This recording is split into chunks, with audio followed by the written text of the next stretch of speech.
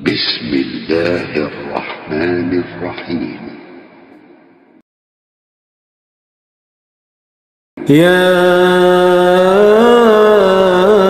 أيها الناس اتقوا ربكم الذي خلقكم من نفس واحدة وخلق منها زوجها وبث منهما رجالا كثيرا ونساء واتقوا الله الذي تساءلون به والأرحام إن الله كان عليكم رقيبا. وآتوا اليتامى أموالهم ولا تتبدلوا الخبيث بالطيب ولا تأكلوا أموالهم إلى أموالكم إنه كان حوبا كبيرا. وإن خفتم ألا تقسطوا في اليتامى فانكحوا ما طاب لكم من النساء مثنى وثلاث ورباع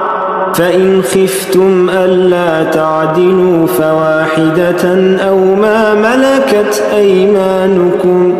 ذلك أدنى ألا تعولوا. وآتوا النساء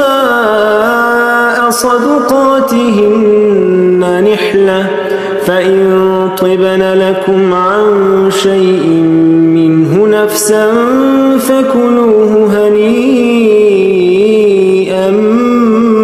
مريئا. ولا تؤتوا السفهاء أموالكم التي جعل الله لكم قياما وارزقوهم فيها واكسوهم وقولوا لهم قولا معروفا. وابتلوا اليتامى حتى إذا بلغوا النكاح فإن آنستم منهم رشدا فادفعوا إليهم أموالهم ولا تأكلوها إسرافا وبدارا أن يكبروا. ومن كان غنيا فليستعفف ومن كان فقيرا فليأكل بالمعروف. فإذا دفعتم إليهم أموالهم فأشهدوا عليهم وكفى بالله حسيبا. للرجال نصيب مما ترك الوالدان والأقربون وللنساء نصيب مما ترك الوالدان والأقربون مما قل منه أو كثر نصيبا مفروضا. وإذا حضر القسمة أولو القربى واليتامى والمساكين فارزقوهم منه وقولوا لهم قولا معروفا. وليخشى الذين لو تركوا من خلفهم ذرية ضعافا خافوا عليهم فليتقوا الله وليقولوا قولا سديدا. إن الذين يأكلون أموال اليتامى ظلما إنما يأكلون في بطونهم نارا وسيصلون سعيرا. يوصيكم الله في أولادكم للذكر مثل حظ الأنثيين فإن كن نساء فوق اثنتين فلهن ثلثا ما ترك وإن كانت كانت واحدة فلها النصف ولأبويه لكل واحد منهما السدس مما ترك إن كان له ولد فإن لم يكن له ولد وورثه أبواه فلأمه الثلث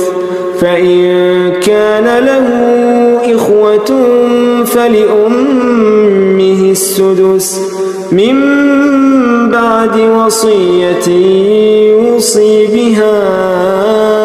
أو دين آباؤكم وأبناؤكم لا تدرون أيهم أقرب لكم نفعا فريضة من الله إن الله كان عليما حكيما ولكم نصف ما ترك أزواجكم إن لم يكن لهن ولد فإن كان لهن ولد فلكم الربع مما تركن من بعد وصية يوصين بها أو دين ولهن الربع مما تركتم إن لم يكن لكم ولد فإن كان لكم ولد فلهن الثمن مما تركتم من بعد وصية توصون بها أو دين وإن كان رجل يورث كلالة أو امرأة وله أخ أو أخت فلكل واحد منهما السدس فإن كانوا أكثر من ذلك فهم شركاء في الثلث من بعد وصية يوصى بها أو دين غير مضار وصية من الله والله عليم حليم تلك حدود الله ومن يطع الله ورسوله يدخله جنات تجري من تحتها الأنهار خالدين فيها وذلك الفوز العظيم ومن يعص الله ورسوله ويتعد حدوده يدخله نارا خالدا فيها وله عذاب مهين واللاتي يأتين الفاحشة من نسائكم فاستشهدوا عليهن 4 منكم فإن شهدوا فأمسكوهن في البيوت حتى يتوفاهن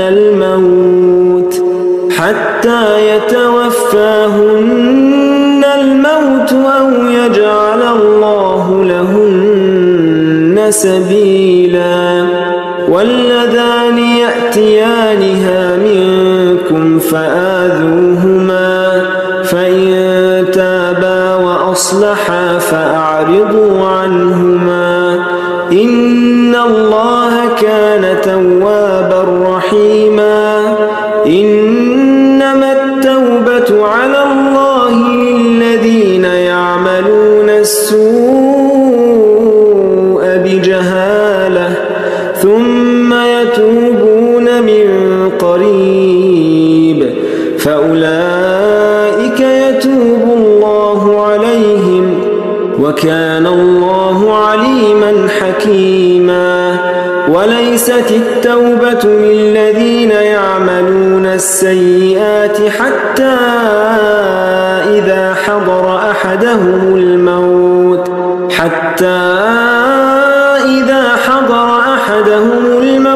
قال إني تبت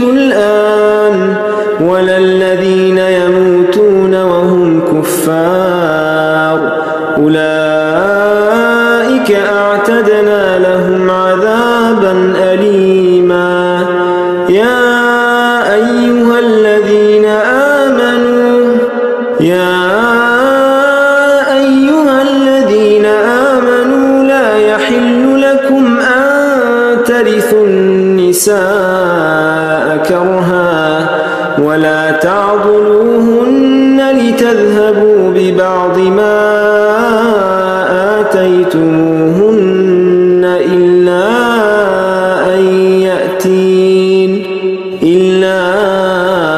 أن يأتين بفاحشة مبينة وعاشروهن بالمعروف فإن كرهتموهن فعسى أن تكرهوا شيئا ويجعل الله فيه خيرا كثيرا. وإن أردتم استبدال زوج مكان زوج وآتيتم إحداهن قنطارا فلا تأخذوا منه شيئا أتأخذونه بهتانا وإثما مبينا وكيف تأخذونه وقد أفضى بعضكم إلى بعض وأخذن منكم ميثاقا غليظا ولا تنكحوا ما نكح آباؤكم من النساء إلا ما قد سلف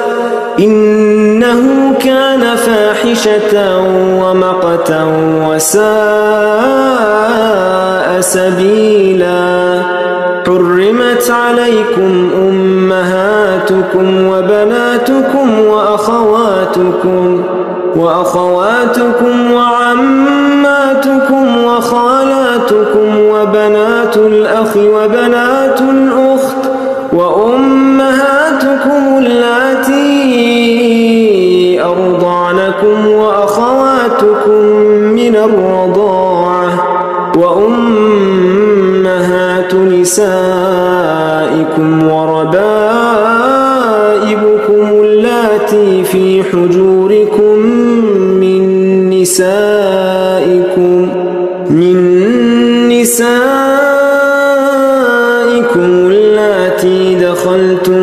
بهن فإن لم تكونوا دخلتم بهن فلا جناح عليكم وحلائل أبنائكم الذين من أصلابكم وأن تجمعوا بين الأختين إلا ما قد سلف إن الله كان غفورا رحيما. والمحصنات من النساء إلا ما ملكت أيمانكم كتاب الله عليكم وأحل لكم ما وراء ذلكم أن تبتغوا بأموالكم محصنين غير مسافحين فما استمتعتم به منهن فآتوهن أجورهن فريضة ولا جناح عليكم فيما تراضيتم به من بعد الفريضة إن الله كان عليما حكيما. ومن لم يستطع منكم طولا أن ينكح المحصنات المؤمنات فمما ملكت أيمانكم من فتياتكم المؤمنات والله أعلم بإيمانكم بعضكم من بعض فانكحوهن بإذن أهلهن وآتوهن أجورهن بالمعروف محصنات غير مسافحات ولا متخذات أخدان فإذا أحصن فإن أتين بفاحشة فعليهن نصف ما على المحصنات من العذاب ذلك لمن خشي العنة منكم وأن تصبروا خير لكم والله غفور رحيم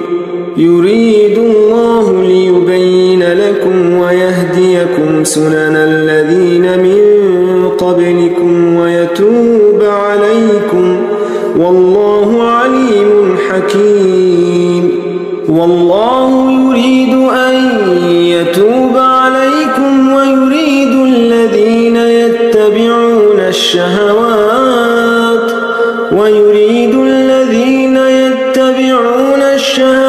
أن تميلوا ميلا عظيما يريد الله أن يخفف عنكم وخلق الإنسان ضعيفا يا أيها الذين آمنوا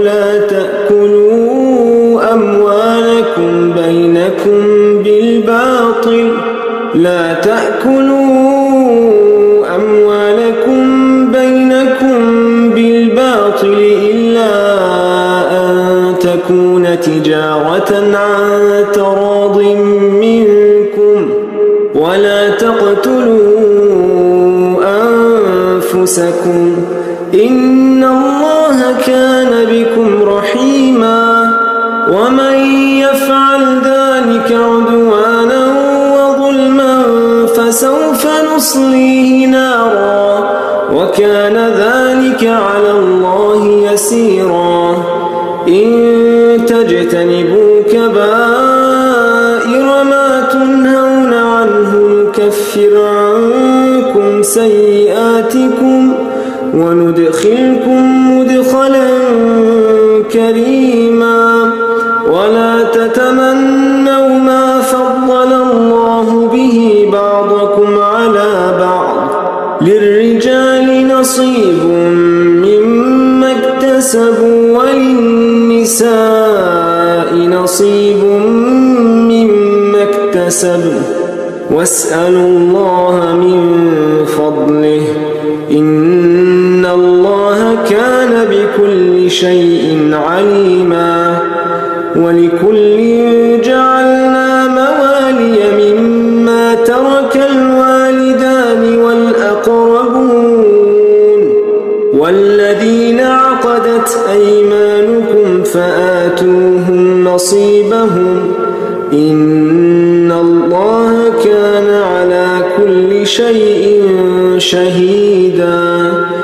الرجال قوامون على النساء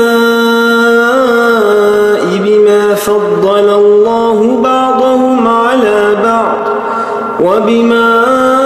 أنفقوا من أموالهم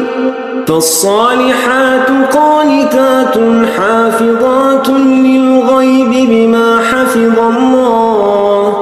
واللاتي تخافون نشوزهن فعظوهن واهجروهن في المضاجع واضربوهن فإن أطعنكم فلا تبغوا عليهن سبيلا إن الله كان عليا كبيرا وإن خفتم شقاق بينهما فابعثوا حكما من أهله وحكما من أهلها إن يريدا إصلاحا يوفق الله بينهما إن الله كان عليما خبيرا واعبدوا الله ولا تشركوا به شيئا وبالوالدين إحسانا وبذي القربى واليتامى والمساكين والجار ذي القربى والجار الجنب والصاحب بالجنب وابن السبيل وما ملكت أيمانكم إن الله لا يحب من كان مختالا فخورا الذين الذين يبخلون ويأمرون الناس بالبخل ويكتمون ما آتاهم الله من فضله وأعتدنا للكافرين عذابا مهينا. والذين ينفقون أموالهم رئاء الناس ولا يؤمنون بالله ولا باليوم الآخر ومن يكن الشيطان له قرينا فساء قرينا. وماذا عليهم لو آمنوا بالله واليوم الآخر وأنفقوا مما رزقهم الله وكان الله بهم عليما. إن الله لا يظلم مثقال ذرة وإن تك حسنة يضاعفها ويؤت من لدنه أجرا عظيما. فكيف إذا جئنا من كل أمة بشهيد وجئنا بك على هؤلاء شهيدا. يومئذ يود الذين كفروا وعصوا الرسول لو تسوى بهم الأرض ولا يكتمون الله حديثا. يا أيها الذين آمنوا لا تقربوا الصلاة وأنتم سكارى حتى تعلموا ما تقولون ولا جنبا إلا عابري سبيل حتى تغتسلوا وإن كنتم مرضى أو على سفر أو جاء أحد منكم من الغائط أو لامستم النساء فلم تجدوا ماء فتيمموا صعيدا طيبا فامسحوا بوجوهكم وأيديكم إن الله كان عفوا غفورا. ألم تر إلى الذين أوتوا نصيبا من الكتاب يشترون الضلالة ويريدون أن تضلوا السبيل والله أعلم بأعدائكم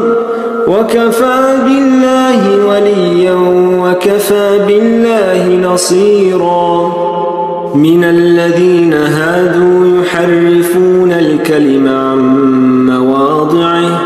ويقولون سمعنا وعصينا واسمع غير مسمع وراعنا ليا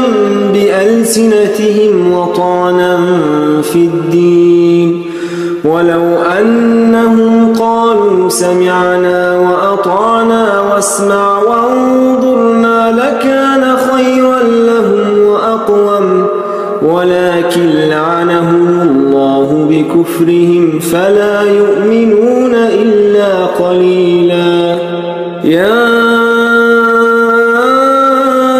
أيها الذين أوتوا الكتاب آمنوا بما نزلنا مصدقا لما معكم من قبل أن نطمس وجوها فنردها على أدبارها أو نلعنهم كما لعنا أصحاب السبت وكان أمر الله مفعولا. إن الله لا يغفر أن يشرك به ويغفر ما دون ذلك لمن يشاء ومن يشرك بالله فقد افترى إثما عظيما. ألم تر إلى الذين يزكون أنفسهم بل الله يزكي من يشاء ولا يظلمون فتيلا انظر كيف يفترون على الله الكذب وكفى به إثما مبينا ألم تر إلى الذين أوتوا نصيبا من الكتاب يؤمنون بالجبت والطاغوت ويقولون للذين كفروا هؤلاء أهدى من الذين آمنوا سبيلا أولئك الذين لعنهم الله ومن يلعن الله فلن تجد له نصيرا أم لهم نصيب من الملك فإذا لا يؤتون الناس نقيرا أم يحسدون الناس على ما آتاهم الله من فضله فقد آتينا آل إبراهيم الكتاب والحكمة وآتيناهم ملكا عظيما فمنهم من آمن به ومنهم من صد عنه وكفى بجهنم سعيرا إن الذين كفروا بآياتنا سوف نصليهم نارا كلما نضجت جلودهم بدلناهم جلودا غيرها ليذوقوا العذاب إن الله كان عزيزا حكيما والذين آمنوا وعملوا الصالحات سندخلهم جنات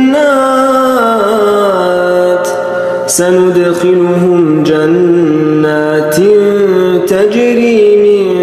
تحتها الأنهار خالدين فيها أبدا لهم فيها أزواج مطهرة وندخلهم ظلا ظليلا إن الله يأمركم أن تؤدوا الأمانات إلى أهلها وإذا حكمتم بين الناس أن تحكموا بالعدل إن الله نعم يعظكم به إن الله كان سميعا بصيرا يا أيها الذين آمنوا أطيعوا الله وأطيعوا الرسول وأولي الأمر منكم فإن تنازعتم في شيء فردوه إلى الله والرسول إن كنتم تؤمنون بالله واليوم الآخر ذلك خير وأحسن تأويلا ألم تر إلى الذين يزعمون أنهم آمنوا بما أنزل إليك وما أنزل من قبل يريدون أن يتحاكموا إلى الطاغوت وقد أمروا أن يكفروا به ويريد الشيطان أن يضلهم ضلالا بعيدا وإذا قيل لهم تعالوا إلى ما أنزل الله وإلى الرسول رأيت المنافقين يصدون عنك صدودا فكيف إذا أصابتكم مصيبة بما قدمت أيديهم ثم جاءوك يحلفون بالله إن أردنا إلا إحسانا وتوفيقا أولئك الذين يعلم الله ما في قلوبهم فأعرض عنهم وعظهم وقل لهم في أنفسهم قولا بليغا وما أرسلنا من رسول إلا ليطاع بإذن الله ولو أنهم إذ ظلموا أنفسهم جاءوك فاستغفروا الله واستغفر لهم الرسول لوجدوا الله توابا رحيما فلا وربك لا يؤمنون حتى يحكموك فيما شجر بينهم ثم لا يجدوا في أنفسهم حرجا مما قضيت ويسلموا تسليما ولو أنا كتبنا عليهم أن اقتلوا أنفسكم أو اخرجوا من دياركم ما فعلوه إلا قليل منهم ولو أنهم فعلوا ما يوعظون به لكان خيرا لهم وأشد تثبيتا وإذا لآتيناهم من لدنا أجرا عظيما ولهديناهم صراطا مستقيما ومن يطع الله والرسول فأولئك مع الذين أنعم الله عليهم من النبيين والصديقين والشهداء والصالحين وحسن أولئك رفيقا ذلك الفضل من الله وكفى بالله عليما يا أيها الذين آمنوا خذوا حذركم فانفروا ثبات أو انفروا جميعا وإن منكم لمن ليبطئن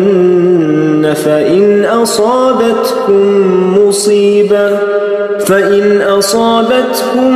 مصيبة قال قد أنعم الله علي إذ لم أكن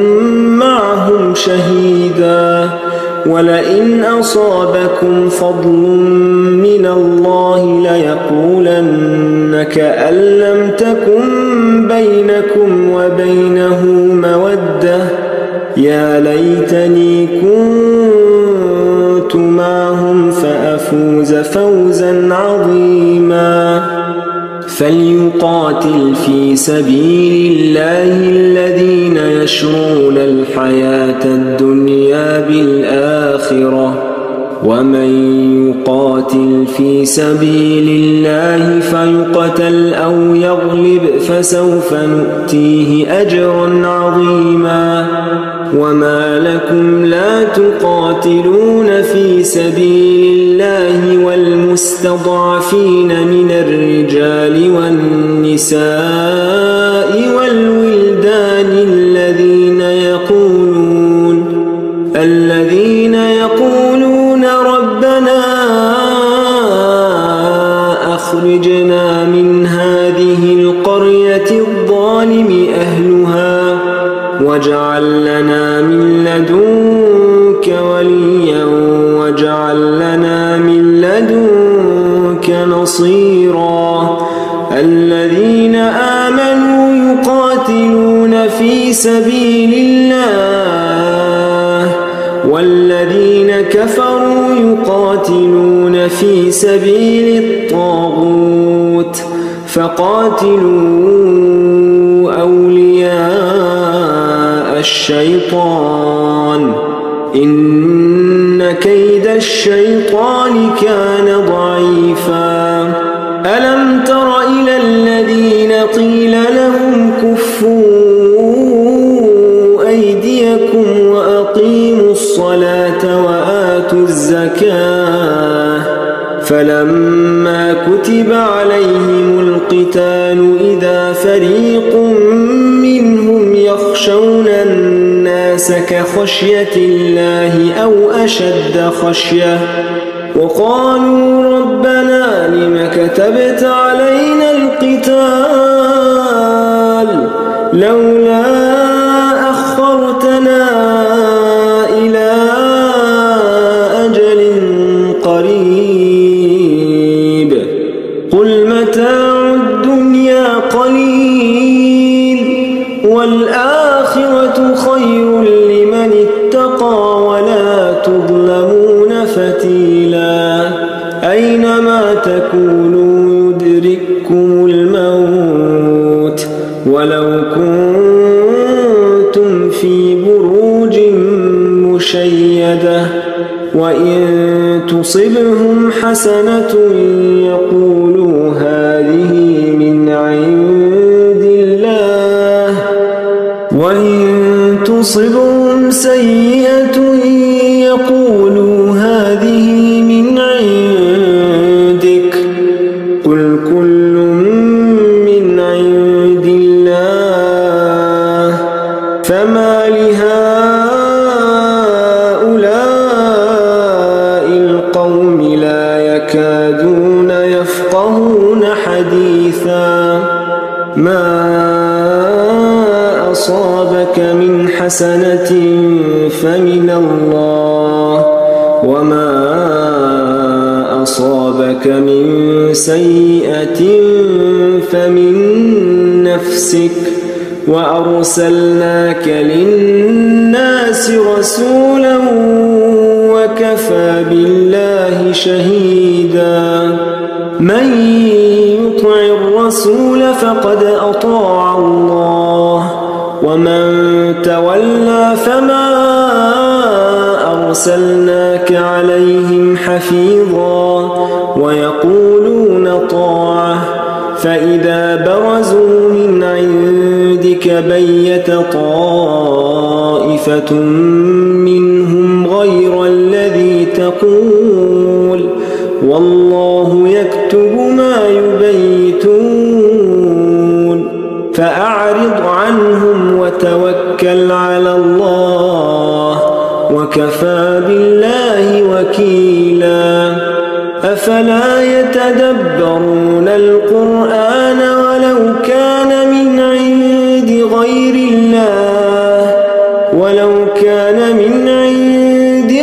الله لوجدوا فيه اختلافا كثيرا وإذا جاءهم أمر من الأمن أو الخوف أذاعوا به ولو ردوه إلى الرسول وإلى أولي الأمر منهم لعلمه الذين يستنبطونه منهم ولولا فضل الله عليكم ورحمته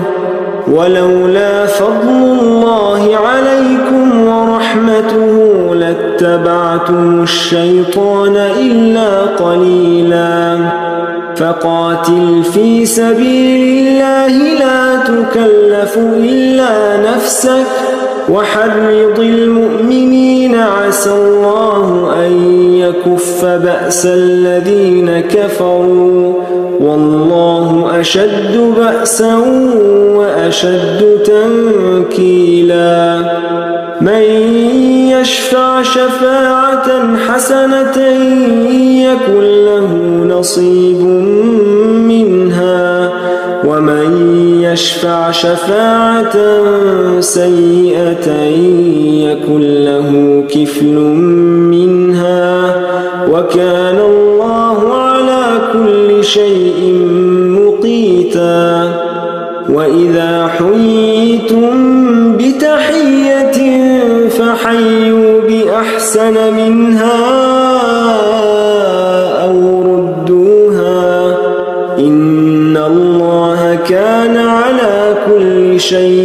حسيبا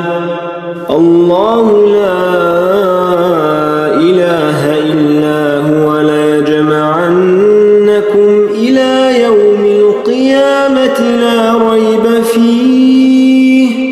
ومن أصدق من الله حديثا فما لكم في المنافقين فئتين والله أركسهم بما كسبوا أتريدون أن تهدوا من أضل الله ومن يضلل الله فلن تجد له سبيلا ودوا لو تكفرون كما كفروا فتكونون سواء فلا تتخذوا منهم أولياء حتى يهاجروا في سبيل الله فإن تولوا فخذوهم واقتلوهم حيث وجدتموهم ولا تتخذوا منهم وليا ولا نصيرا إلا الذين يصلون إلى قوم بينكم وبينهم ميثاق أو جاءوكم حصرت صدورهم أن يقاتلوكم أو يقاتلوا قومهم ولو شاء الله لسلطهم عليكم فلقاتلوكم فإن اعتزلوكم فلم يقاتلوكم وألقوا إليكم السلم فما جعل الله لكم عليهم سبيلا ستجدون آخرين يريدون أن يأمنوكم ويأمنوا قومهم كلما ردوا إلى الفتنة أركسوا فيها فإن لم يعتزلوكم ويلقوا إليكم السلم ويكفوا أيديهم فخذوهم واقتلوهم حيث ثقفتموهم وأولئكم جعلنا لكم عليهم سلطانا مبينا وما كان لمؤمن أن يقتل مؤمنا إلا خطأ ومن قتل مؤمنا خطأ فتحرير رقبة مؤمنة ودية مسلمة إلى أهله إلا أن يصدقوا فإن كان من قوم عدو لكم وهو مؤمن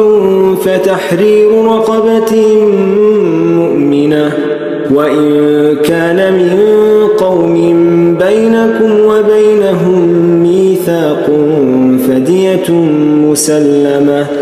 فدية مسلمة إلى أهله وتحرير رقبة مؤمنة فمن لم يجد فصيام شهرين متتابعين توبة من الله وكان الله عليما حكيما ومن يقتل مؤمنا متعمدا فجزاؤه جهنم خالدا فيها وغضب الله عليه ولعنه وأعد له عذابا عظيما يا أيها الذين آمنوا إذا ضربتم في سبيل الله فتبينوا ولا تقولوا لمن ألقى إليكم السلام لست مؤمنا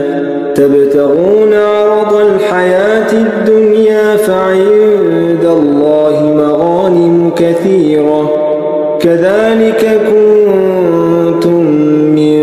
قبل فمن الله عليكم فتبينوا إن الله كان بما تعملون خبيرا لا يستوي القاعدون من المؤمنين غير أولي الضرر والمجاهدون في سبيل الله بأموالهم أنفسهم فضل الله المجاهدين بأموالهم وأنفسهم على القاعدين درجة وكلا وعد الله الحسنى وفضل الله المجاهدين على القاعدين أجرا عظيما درجات منه ومغفرة ورحمة وكان الله غفورا رحيما إن الذين توفاهم الملائكة ظالمي أنفسهم قالوا فيم كنتم قالوا كنا مستضعفين في الأرض قالوا ألم تكن أرض الله واسعة فتهاجروا فيها فأولئك مأواهم جهنم وساءت مصيرا إلا المستضعفين من الرجال والنساء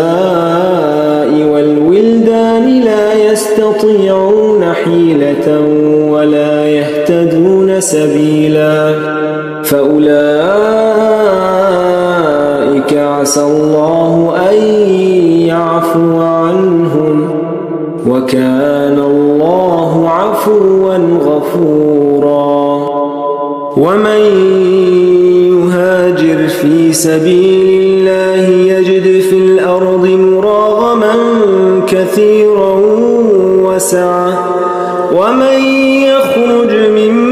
بيته مهاجرا إلى الله ورسوله ثم يدركه الموت فقد وقع أجره على الله وكان الله غفورا رحيما وإذا ضربتم في الأرض فليس عليكم جناح أن تقصروا من الصلاة إن خفتم أن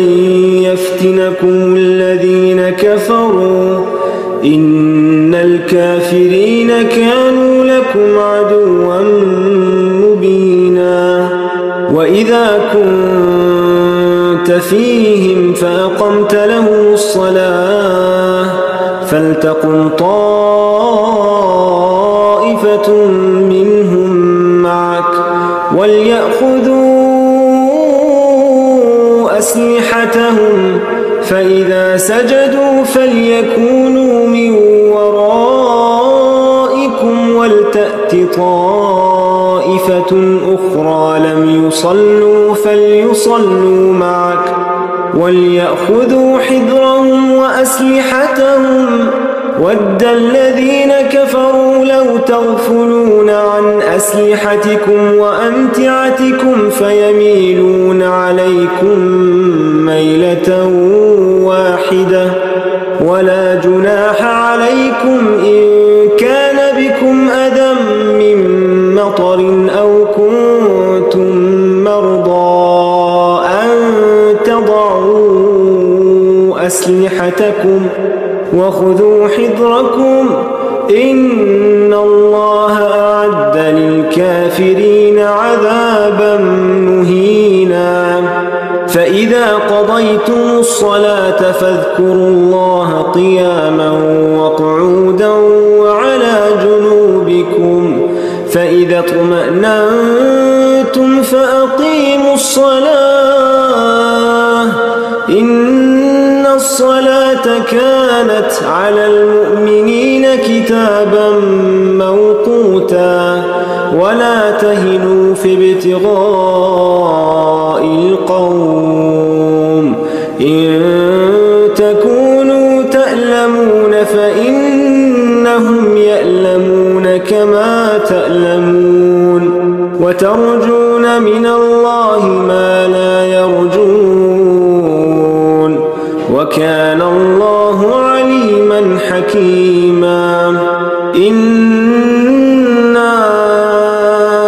أنزلنا أنزلنا إليك الكتاب بالحق لتحكم بين الناس بما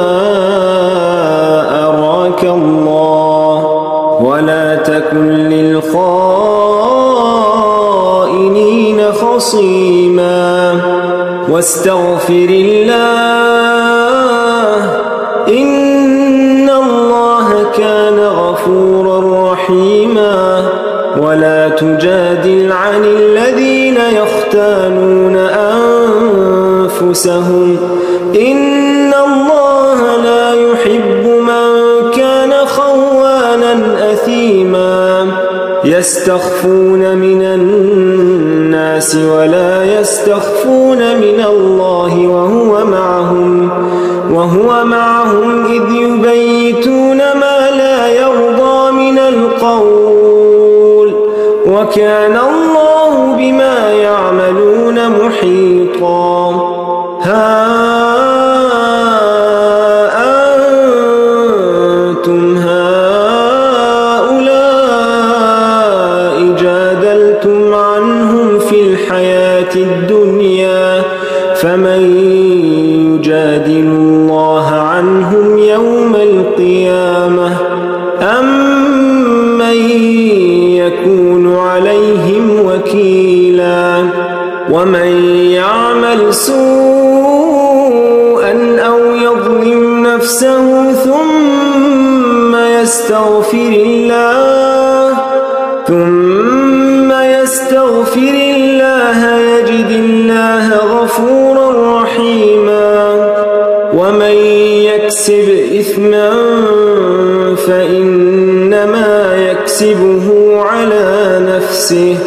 وكان الله عليما حكيما ومن يكسب خطيئة أو إثما ثم يرم به بريئا فقد احتمل بهتانا وإثما مبينا ولولا فضل الله عليك ورحمته لهمت طائفة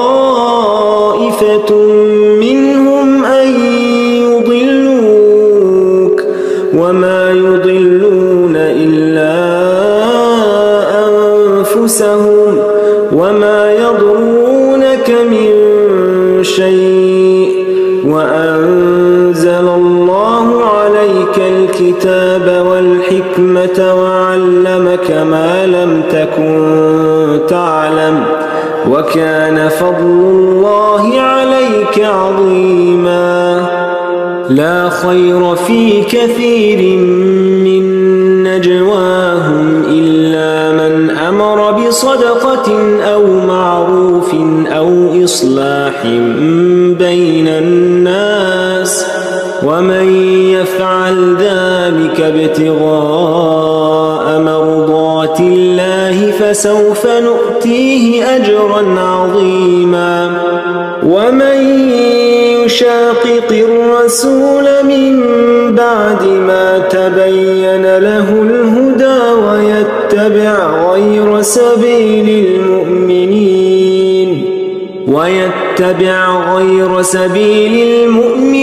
نوله ما تولى ونصله جهنم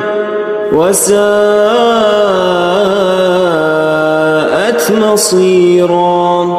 إن الله لا يغفر أن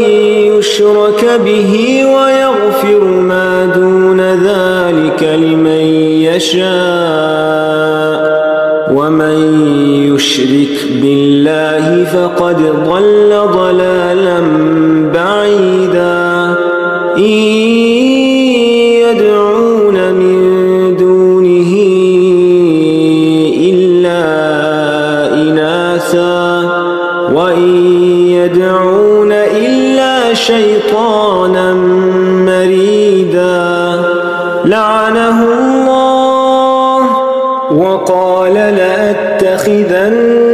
من عبادك نصيبا مفروضا ولأضلنهم ولأمنينهم ولآمرنهم فليبتكن آذان الأنعام ولآمرنهم فليغيرن خلق الله ومن يتخذ الشيطان وليا من دون الله فقد خسر خسرانا مبينا يعدهم ويمنيهم وما يعدهم الشيطان إلا غرورا أولئك مأواهم جهنم ولا يجدون عنها محيصا والذين آمنوا وعملوا الصالحات سندخلهم جنات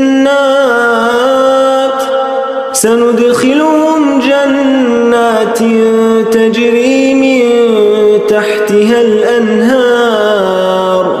خالدين فيها أبدا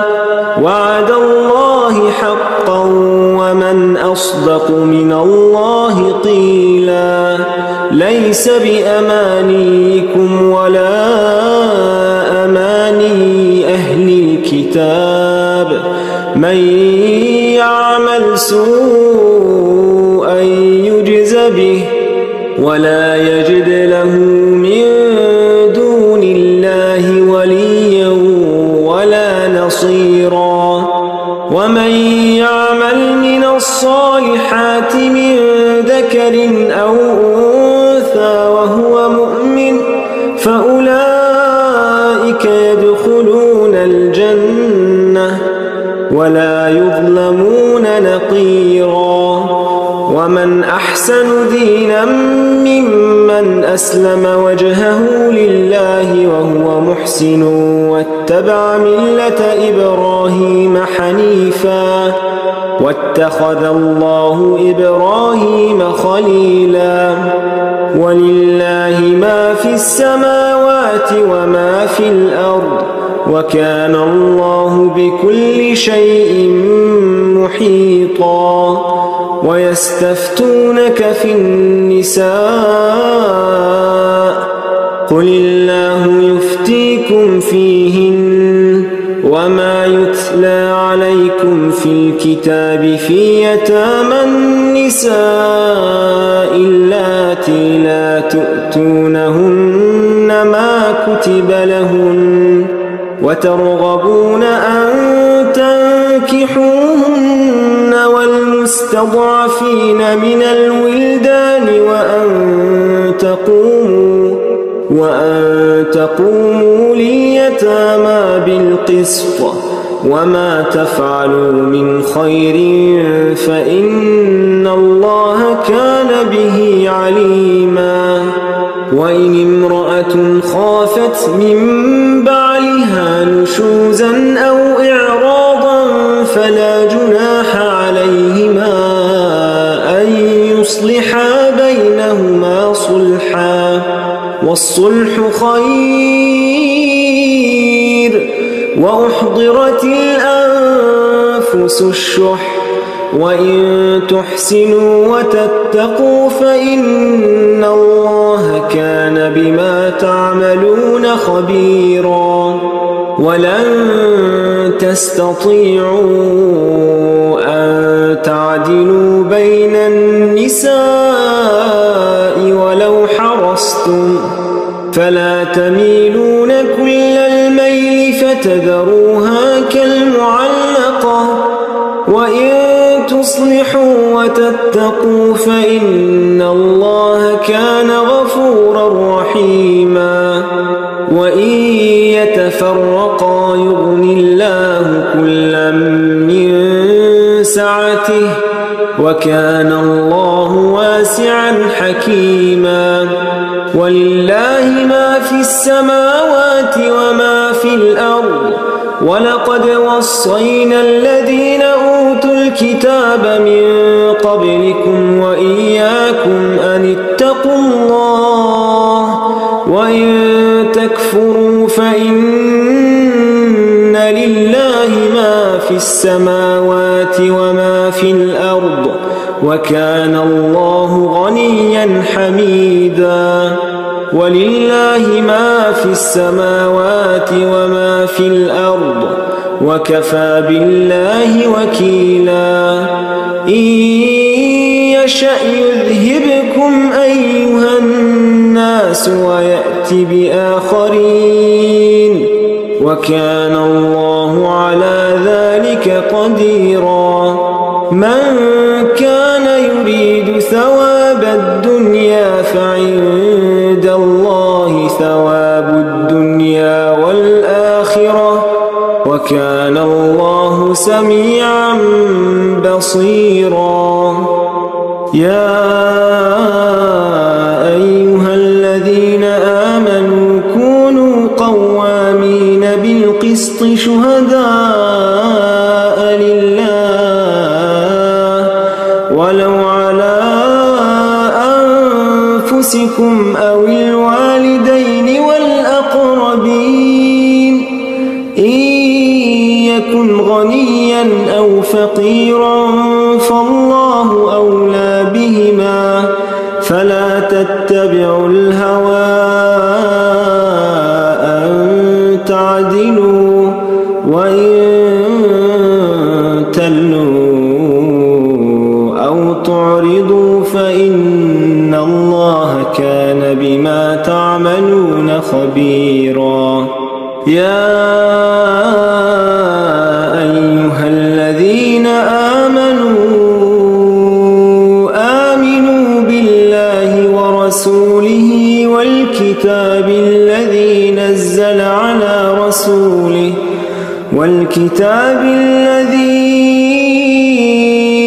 أنزل من قبل ومن يكفر بالله وملائكته وكتبه ورسله واليوم الآخر فقد ضل ضلالا بعيدا إن الذين آمنوا ثم كفروا ثم آمنوا ثم كفروا ثم ازدادوا كفرا لم يكن الله ليغفر لهم ولا ليهديهم سبيلا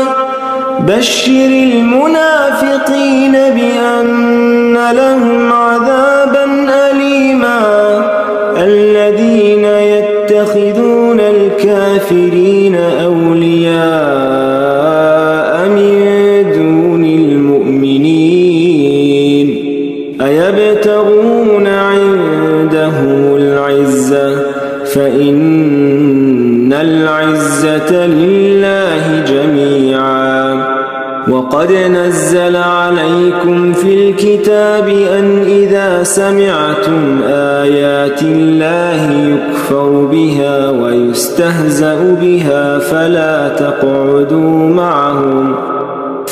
تقعدوا معهم حتى يخوضوا في حديث غيره إنكم إذا مثلهم إن الله جامع المنافقين والكافرين في جهنم جميعا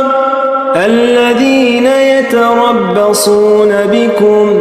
فإن كان لكم فتح من الله قالوا ألم نكن معكم وإن كان للكافرين نصيب قالوا ألم نستحوذ عليكم ونمنعكم من المؤمنين فالله يحكم بينكم يوم القيامة ولن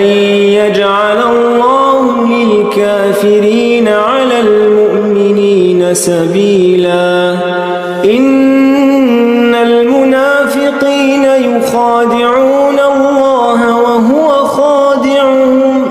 وإن وإذا قاموا إلى الصلاة قاموا كسالى يراءون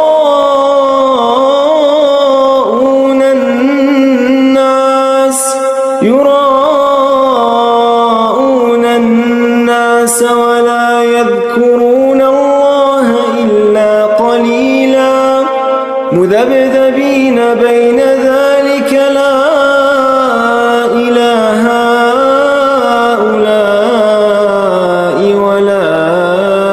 إلى هؤلاء ومن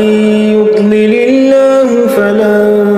تجد له سبيلا. يا أيها الذين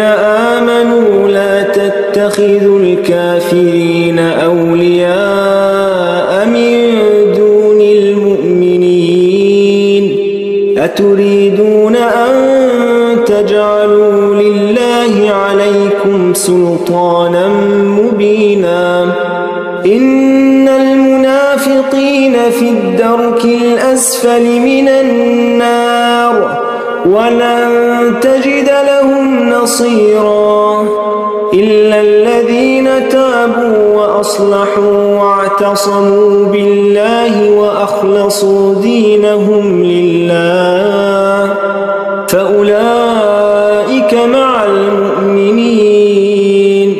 وسوف يؤتي الله المؤمنين أجرا عظيما. ما يفعل الله بعذابكم إن شكرتم وآمنتم وكان الله شاكرا عليما. لا يحب الله الجهر بالسوء من القول إلا من ظلم وكان الله سميعا عليما. إن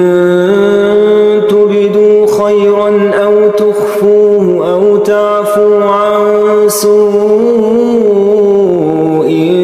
فإن الله كان عفوا قديرا. إن الذين يكفرون بالله ورسله ويريدون أن يفرقوا بين الله ورسله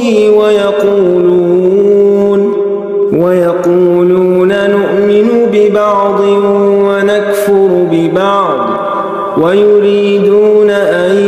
يتخذوا بين ذلك سبيلا أولئك هم الكافرون حقا وأعتدنا للكافرين عذابا مهينا. والذين آمنوا بالله ورسله ولم يفرقوا بين أحد منهم أولئك سوف يؤتيهم أجورهم وكان الله غفورا رحيما. يسألك أهل الكتاب أن تنزل عليهم كتابا من السماء فقد سألوا موسى أكبر من ذلك فقالوا أرنا الله جهرة فأخذتهم الصاعقة بظلمهم ثم اتخذوا العجل من بعد ما جاءتهم البينات فعفونا عن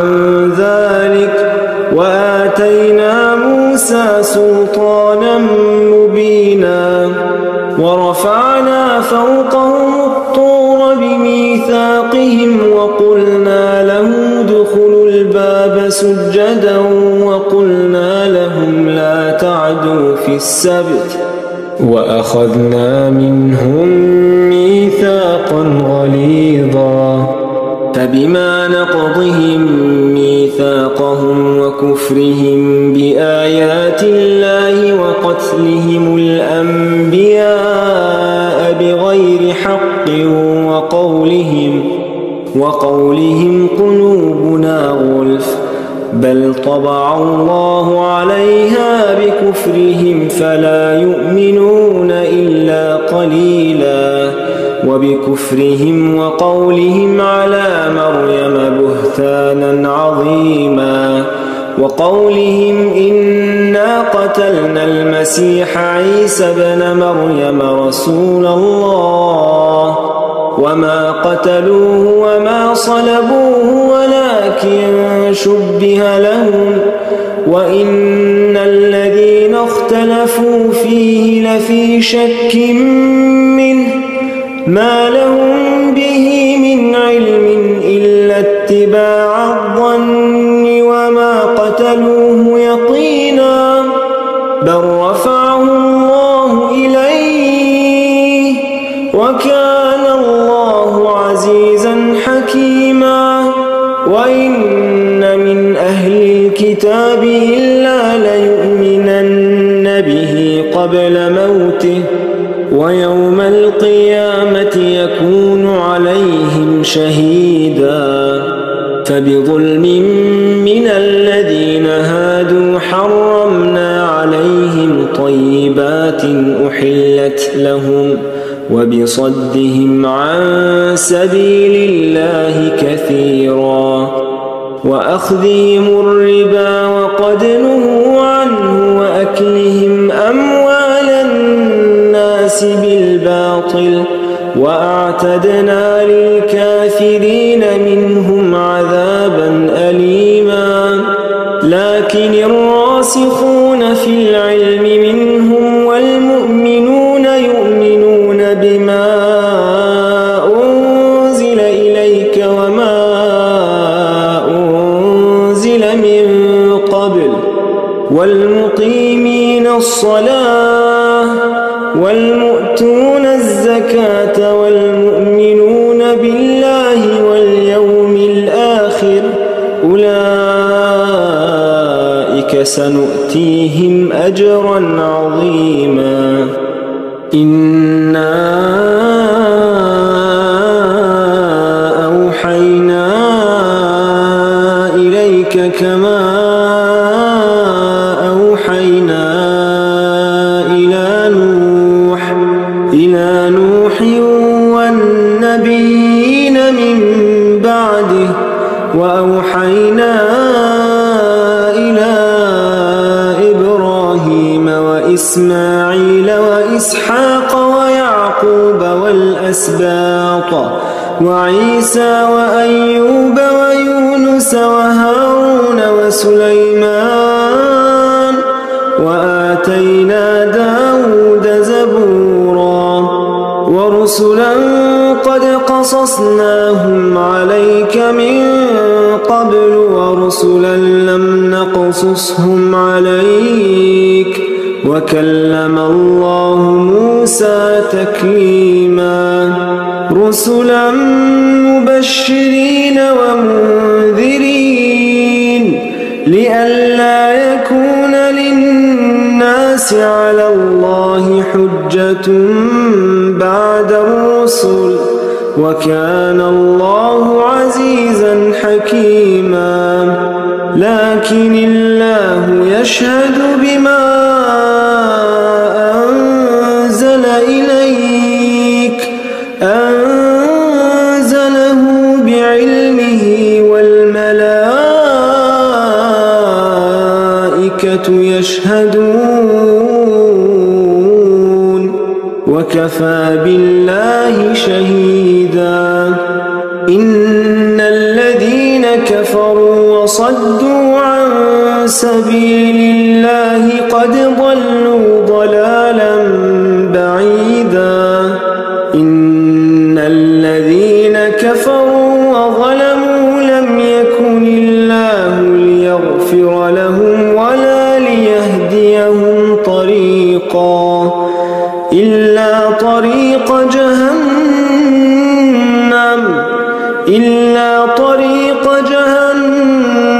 خالدين فيها أبدا وكان ذلك على الله يسيرا يا أيها الناس قد جاءكم الرسول بالحق من ربكم فآمنوا خيرا لكم وإن تكفروا فإن لله ما في السماوات والأرض وكان الله عليما حكيما يا أهل الكتاب لا تغلوا في دينكم ولا تقولوا على الله إلا الحق إنما المسيح عيسى ابن مريم رسول الله وكلمته ألقاها إلى مريم وروح منه فآمنوا بالله ورسله ولا تقولوا ثلاثة انتهوا خيرا لكم إنما الله إله واحد سبحانه أن يكون له ولد له ما في السماوات وما في الأرض وكفى بالله وكيلا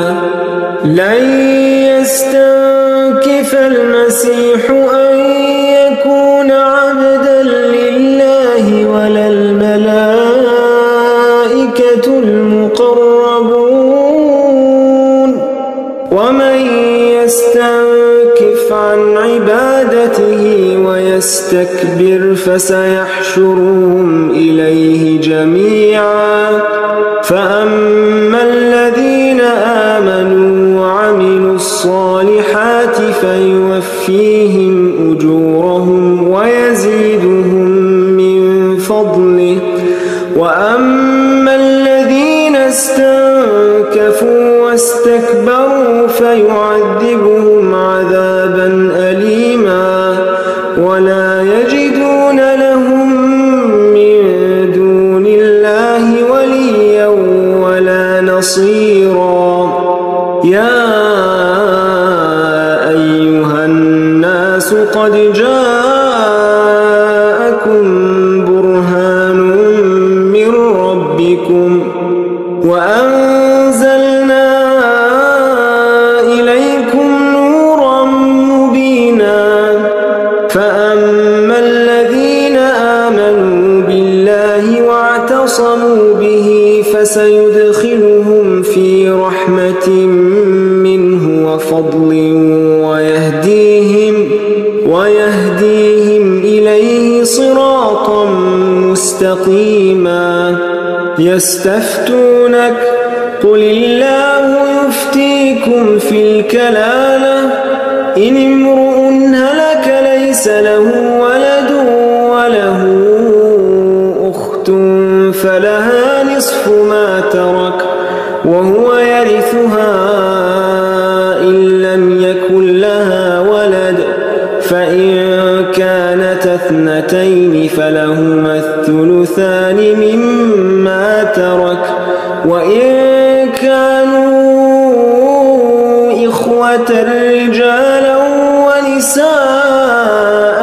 فللذكر مثل حظ الأنثيين يبين الله لكم أن تضلوا والله بكل شيء عليم